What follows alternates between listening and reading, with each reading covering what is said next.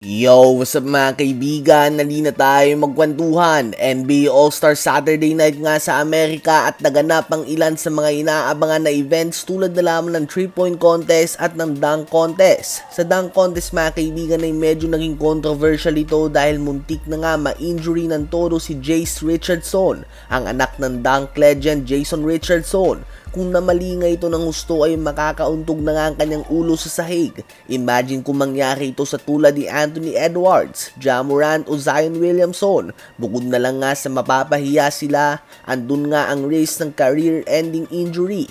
Mas malaki pa nga ang risk kaysa sa reward. Posible ka na nga mapahiya, posible ka bang ma-injury. Para saan? Kaya naman matapos ang mga pangyayari sa dunk contest na ito, mukhang mas lalo lang nga magiging malabo na may sumali pa na mga star players sa event na ito. Sa uli ay nagkampiyon si Keisha Johnson ng Miami Heat. Madami nagsasabi na boring pa din nga daw ang event dahil hindi naman mga kilalang mga player ang mga kasali. Subalit isang factor din dito ay halos lahat na nga ng dunk na posibleng nagawa ng isang tao ay nagawa ng mga kaibigan. Kaya naman kanya-kanyang gimmick na lang talaga. Habang sa 3-point contest naman ay mas madami pang natuwa dito dahil kinabibilangan ito ng mga kilalang players. All-Stars Donovan Mitchell, Jamal Murray, Devin Booker, Tyrese Maxey, Norman Powell, andyan din si Bobby Portis, ang one of the best if not the best rookie ngayon, Con Canupel, at multi-time 3-point champion Damian Lillard. May mga nagkalat nga tulad ni Jamal Murray. Biro nga ng iba ay hindi naman daw Lakers ang kalaban kaya naman hindi uminid si Jamal Murray. Habang si Booker naman ay agad nga na gumawa ng 30 points sa first round. 27 points naman ng rookie Con Canupel at nanako naman ni Damian Lillard ang pwesto ni Donovan Mitchell na mahigitan niya ang 24 points ito, scoring 27 points in total.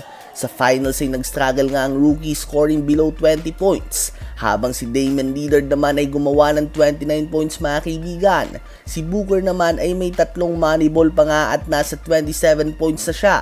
Subalit nag-choke nga ito mga kaibigan at nagmintis siya ng tatlong sunod. Kaya naman sa uli ay malaki nga ang kanyang panghihinayang at muling nakuha ni Damian Lillard ang tropeo. Si Dame Time ay 3-time 3-point contest champion na. Sa history nga ng NBA ay mayroon naman dalawang player na nakagawa nito bago magawa ni Damian Lillard. Ito nga ay sila Larry Bird at Craig Hodges. Lahat nga sila may tatlong 3-point contest trophy. Sa susunod na taon ay may pagkakataon si Lillard na gawin itong apat. Pahayag nga ni Dame ay kung kaya niyang sumali next season ay muli siyang sasali dito. Tandaan na madami ang hindi sang-ayon na pasalihin si Lillard sa event na ito nung i-anunsyo ang mga kasali dahil hindi pa nga siya naglalaro ng kahit isang game ngayong season dahil nagpapagaling pa nga siya sa kanyang Achilles injury na natamo noong first round ng playoffs mahigit 10 buwan na nakakalipas. Ano ba ang masasabi niyo tungkol dito?